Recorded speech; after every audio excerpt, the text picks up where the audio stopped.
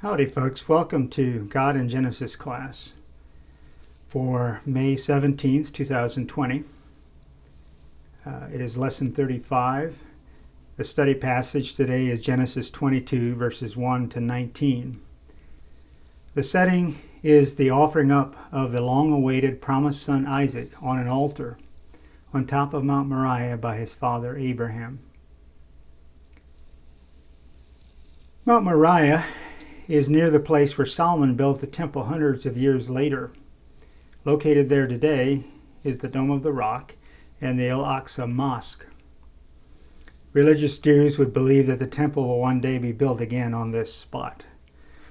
How fitting that God asked Abraham to sacrifice his son, Isaac, on the same spot that God would later give up his only son as a sacrifice for all mankind. The title to today's study is The Elements of Worship.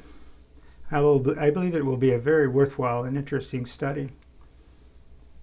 Early in his career, Matt Redman, the popular Christian musician in Britain, was singing with his church's praise band when his pastor confronted them.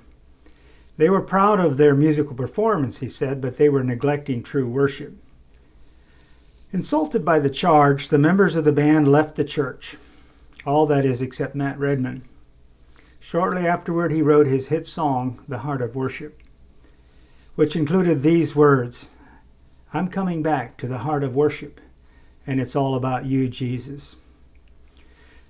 Verse 1 goes like this, "When the music fades, all is stripped away, and I simply come, longing just to bring something that's of worth, that will bless your heart. I will bring you more than a song. For a song in itself is not what you have required. You search much deeper within. Through the way things appear, you're looking into my heart." And then the chorus, "I'm coming back to the heart of worship. And it's all about you. It's all about you, Jesus. I'm sorry, Lord, for the thing I've made it when it's all about you. It's all about you, Jesus." That's it. That's a great song. We can so easily forget what worship really is. Abraham demonstrates in today's lesson what it means to really worship God.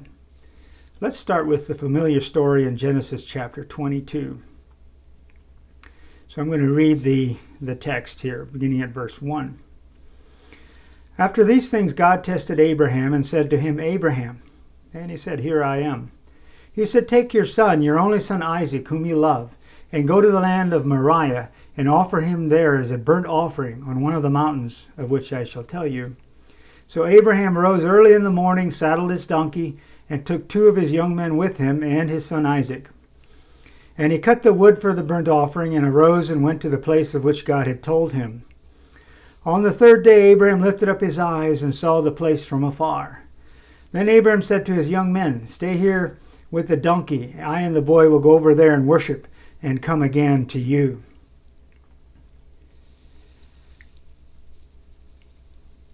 And Abraham took the wood of the burnt offering and laid it on Isaac his son, and he took in his hand the fire and the knife. So they went both of them together. And Isaac said to his father Abraham, 'My father.' And he said, 'Here I am, my son.' He said, 'Behold, the fire and the wood, but where is the lamb for a burnt offering?' Abraham said, 'God will provide for himself the lamb for a burnt offering, my son.' So they went both of them together. When they came to the place of which God had told him, Abraham built the altar there, and laid the wood in order, and bound Isaac his son, and laid him on the altar on top of the wood. Then Abraham reached out his hand and took the knife to slaughter his son. But the angel of the Lord called to him from heaven, and said, 'Abraham, Abraham!' And he said, 'Here I am.' He said, 'Do not lay your hand on the boy, or do anything to him. For now I know that you fear God, seeing you have not withheld your son, your only son, from me.' And Abram lifted up his eyes and looked, and behold, behind him was a ram, caught in a thicket by his horns. And Abram went and took the ram, and offered it up as a burnt offering instead of his son. So Abram called the name of that place, 'The Lord will provide.' As it is said to this day, 'On the mount of the Lord it shall be provided.'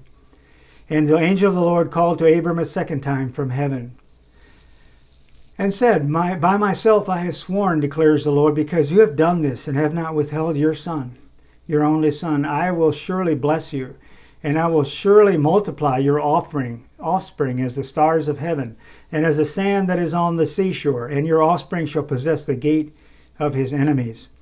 And in your offspring shall all nations of the earth be blessed, because you have obeyed my voice. So Abraham returned to his young men, and they arose and went together to Beersheba, and Abraham lived at Beersheba. Okay, I'd like to make a few points here in the introduction. The first one is that this passage can generate a lot of questions. We could spend this morning bringing up a lot of questions about the experience that Abraham had here. Does God even remotely condone human sacrifice? Why did God test Abraham? Was it right for God to ask Abraham to sacrifice his son? Did Abraham expect to go through with this? Would he have gone through with this if God did not stop him? I want instead to make this story practical in our experience. This test that Abraham experienced was a form of worship for him. I don't know if you've ever thought of it like that, but this was a form of worship for Abraham. A test of his love for God, a test of his obedience, a sacrifice that he was asked to make in order to worship God. Abraham worshiped God in this way by going and preparing to sacrifice his son. The second point is that Abraham's journey to Mount Moriah to sacrifice his son is an excellent model of what worship is. His experience is what we should experience. His blessings is what we should be blessed with. It seems that very few Christians know much about true worship. Charles Stanley once said that he believed that most Christians in most churches have never worshiped God. That's startling, isn't it? Most Christians in most churches have never worshiped God. I think that's probably correct. Instead, we go to church to be entertained. The song leader sings, the teacher teaches, the preacher preaches. Erwin Lutzer says, if we haven't learned to be worshipers, it doesn't really matter how well we do anything else, and I agree with him. Many times we go to church, but we don't worship. We sing songs, but we don't worship. We listen to sermons, but we don't worship. All of these things are elements of worship, but they are not worship in and of themselves, which means that you can do all of them, and you have failed to truly worship God. We Christians often mistake the means of worship for worship itself. I read a kind of a humorous little story by Marshall Shelley in Leadership magazine. He writes the following: early in our marriage, I gave my wife a terrific anniversary gift, a rain gauge. I laughed when I first read that. At least I thought it was a great gift. Susan, after all, is a farmer's daughter and keeps close watch on the weather. I envisioned her delight and nostalgia while tracking our backyard precipitation. I congratulated myself on my creativity. Guess what? Susan was not impressed. A rain gauge for our anniversary? The rain gauge is now a family joke, a classic example of a gift enjoyed by the giver but not the receiver. One word I hear a lot these days is authentic, as in we seek authentic worship. Usually this means we're trying to create an experience that helps worshipers feel something. Nothing wrong with that, but if our focus is only on our experience, we may be giving God a rain gauge. Are we offering in worship a gift we enjoy and figuring God will like it? A real gift, real worship, means knowing what's important to the receiver, as in God. Point number 3, true worship is not interested in the created so much as the creator. Worship is not provided by a church or certain people in the church. You've seen the ad in the paper or heard it on the news somewhere. There's an event coming up, preaching by so-and-so preacher, worship provided by so-and-so praise band. What a terrible description of what worship is. Worship is something that each of us does for an audience of one. We are the performer, the audience is God. The question after the service should not be, did you like the music? Did you like the message? Did you like the service? Rather, it should be, did God like my worship? Was he pleased? Was he honored? Was he lifted up? What is in it for God? Did God enjoy our worship today? We are not the audience in a worship service. God is. We are the performers. We are the ones who worship. The minister is a director of our worship. The song leader is a director of our worship. The Sunday school teacher is a director. The usher is a director of worship, especially as he collects our offering. What can we learn from Abraham in the area of worship? He gives us the model here for true worship. He was a good worshiper of God, of the true God. His act of worship is a template that we can use, and we want to go there. We want to use that as a template. Okay, we want to look at the elements of worship this morning, and the first one we want to treat is called revelation. Revelation, and I take that from Genesis 22, verses 1 to 2. After these things, God tested Abraham and said to him, Abraham, and he said, Here I am. He said, Take your son, your only son Isaac, whom you love, and go to the land of Moriah, and offer him there as a burnt offering on one of the mountains of which I shall tell you. God revealed himself to Abraham. Abram was still in Beersheba. Some years later, perhaps 10 from our last lesson, God tested Abram to see his heart. God reveals himself to us through his word. That is God's revelation to us. He makes himself known. He shows what he's like. In order to worship effectively, we need to know the object of worship, which is God. We need to experience the revelation of God. We see him and it puts within us a hunger much as when the body craves food. We want more of God. Number 3, our worship must be based on scriptural principles. The better the revelation, the better the worship. The more we know God, the better we can worship him. Our worship is of someone whom we know. We want to know what makes worship good. What does he like? How can I do that? Number 4, we tend to become like the one we worship. Is he the God that is revealed in Scripture, or is he a God of our own making? Is our perception of God accurate? We can only worship one whom we seek. We constantly desire to know him better. We want a better revelation. We search the Scriptures carefully. We search the Scriptures constantly. Philippians 3 verse 7 says, But whatever was to my profit I now consider loss for the sake of Christ. What is more, I consider everything a loss compared to the surpassing greatness of knowing Christ Jesus my Lord, for whose sake I have lost all things. I consider them rubbish, that I may gain Christ and be found in him, not having a righteousness of my own that comes from the law, but that which is through faith in Christ, the righteousness that comes from God and is by faith. I want to know Christ and the power of his resurrection and the fellowship of sharing in his sufferings, becoming like him in his death, and so somehow to attain to the resurrection from the dead. We welcome the voice of God. His voice is a comfort and reassurance to us. Unlike Adam and Eve in the Garden of Eden, when they ran away from God, his voice is a comfort to us. We are still in contact with him. He is there and all is well. If we do not want God to reveal himself in his wishes, then we are not ready to worship. If we keep him delegated to a little spot in the distance where it's comfortable, we are not ready to worship. Revelation is the first element of worship then. Okay, the elements of worship. The second one is preparation. The first one was revelation. The second one is preparation. In our passage, our study passage, Genesis 22 and verse 3, I read, So Abraham rose early in the morning, saddled his donkey, and took 2 of his young men with him and his son Isaac. And he cut the wood for the burnt offering, and he rose and went to the place of which God had told him. Preparation. Abraham prepared for worship. Early the next morning, it says, after God talked to him. Early the next morning, he got up.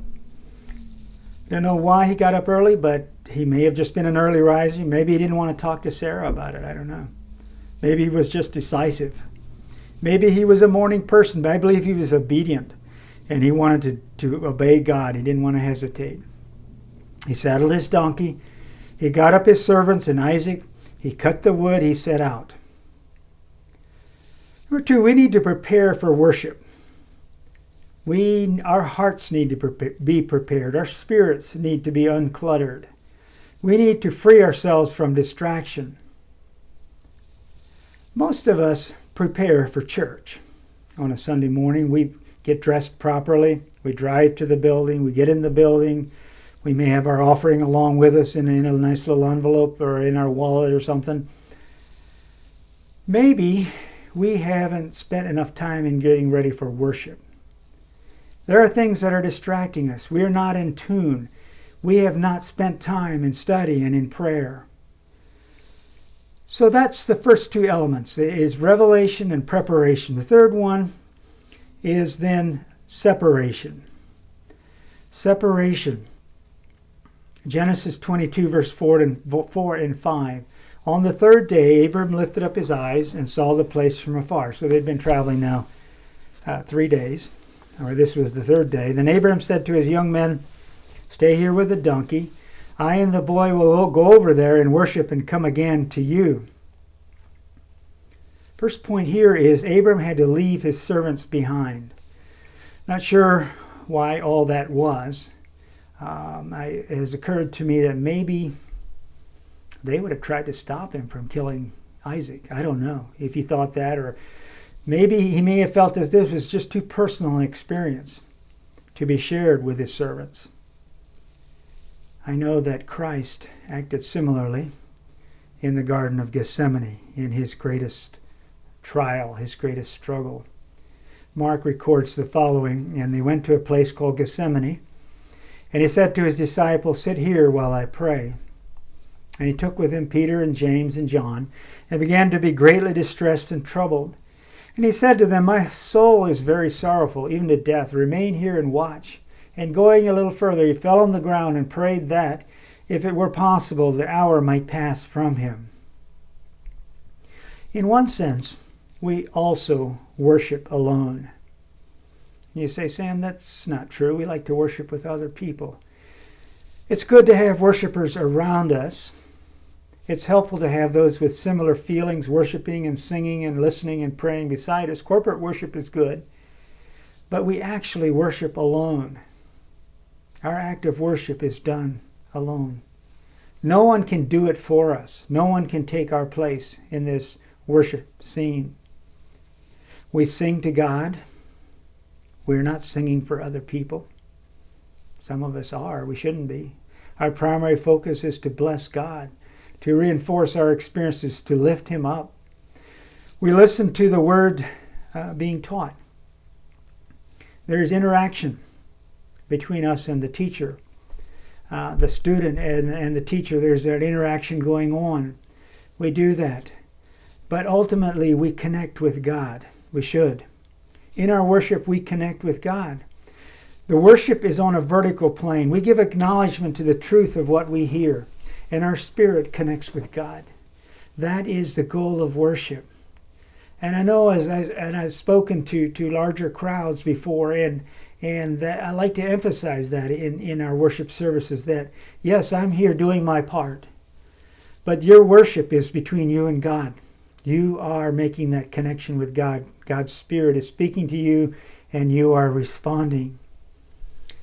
Worship is a deeply personal time. In this time of COVID-19 and the isolation that we feel as we meet only in small groups, we can still worship. God is in this place, even if that place is your living room, and the only people there are our family members, or maybe we're by ourselves. In 1993, Lieutenant Colonel Gary Morsch joined the Army Reserves as a doctor to care not only for U.S. soldiers, but also for wounded civilians and prisoners of war. In 2005, as a part of the war in Iraq, he was called up to serve as a field doctor for a battalion near the Iranian border. He would take care of soldiers in the medical tent, provide supervision and training to 8 combat medics, and visit 2 detainee camps to treat prisoners of war. Even in that war-torn area of the world, Lieutenant Colonel Morsch experienced the peace of God. He says the following: "One day I was supposed to travel by convoy to a military hospital in Baghdad to accompany a prisoner with a severe abdominal infection. But the mission was canceled after a bomb hit a convoy returning to our camp.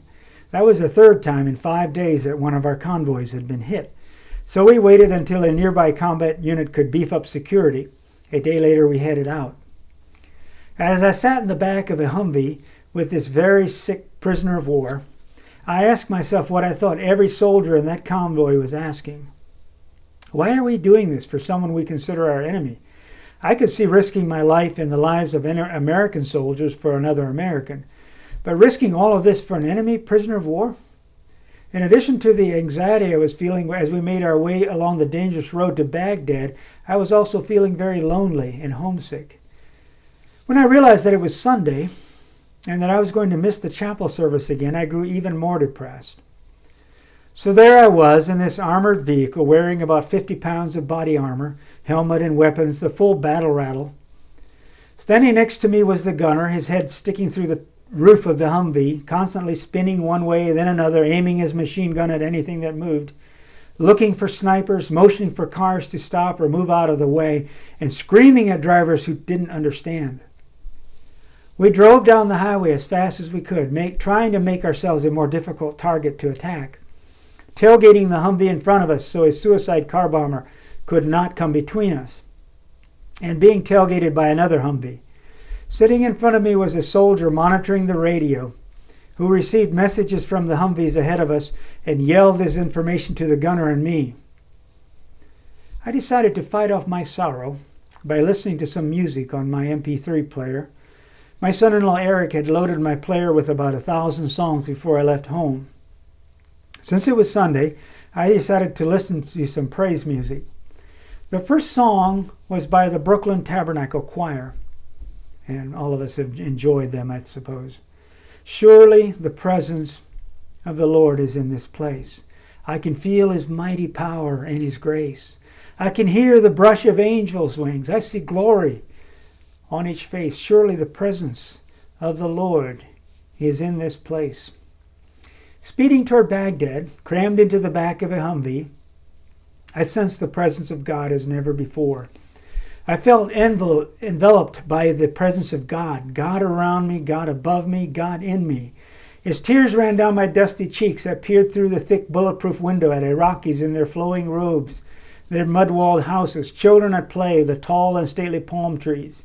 And just as surely as I felt the presence of God in that Humvee, I sensed God's presence in all that I saw.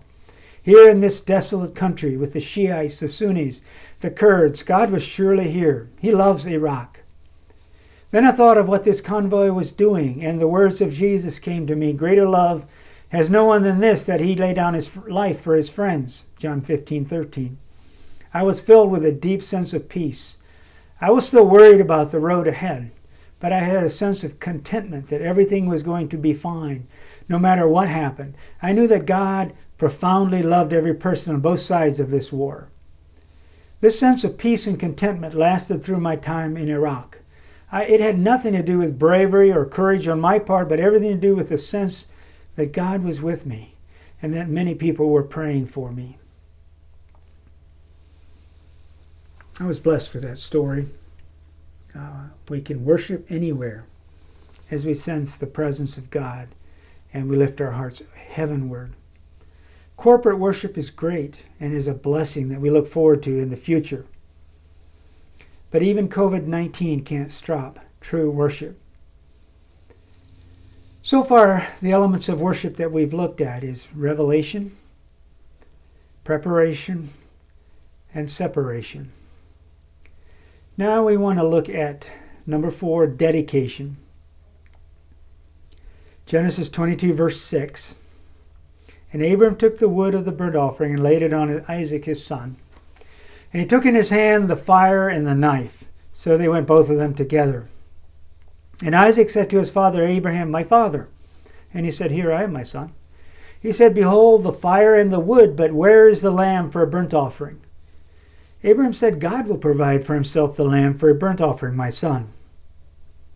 So they went both of them together.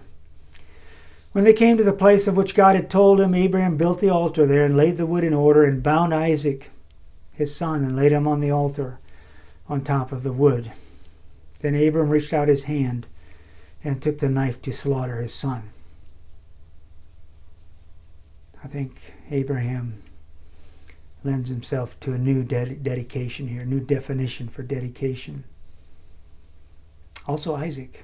Isaac, I think, might have been 13 years old here. He could have run away. But he was dedicated to following God, and Abram was dedicated to following God. Abraham dedicated his son Isaac to God. The word dedicate from Webster's dictionary is set apart for worship of a deity or devote to a sacred purpose. To set apart seriously for a special purpose, devote to some work or duty. That's dedicate. Here Abraham had only one son of promise. He was his answer to prayer. He was his anticipated blessing. He was his great reward. He was his most prized earthly possession. Now God asked him to kill his son. Abraham set Isaac apart for God. He laid him on the altar. He took the knife in his hand to slay him. He did not hold him back. Abraham dedicated himself to God. Worship is always costly.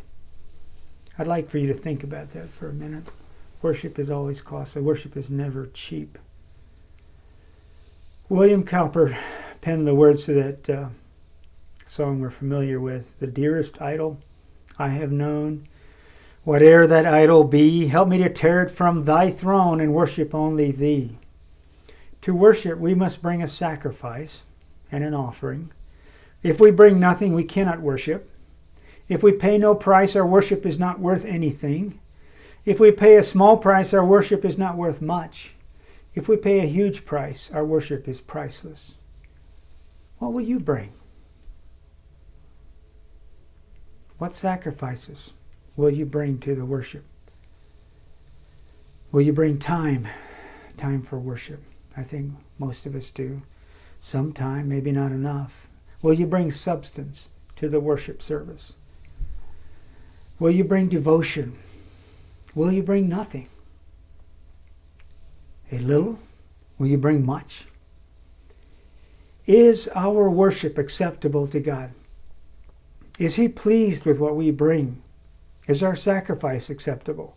Will He turn away from our offering? Do you earnestly desire to please Him with your worship? Dedication is a requirement for worship. We must bring Him our best. Going through the motions of singing songs and taking notes is cheap. Dedication to true worship is costly. Things of this world that we worship will but destroy us. Our possessions, if we worship them, our castles that we have, our earthly goals.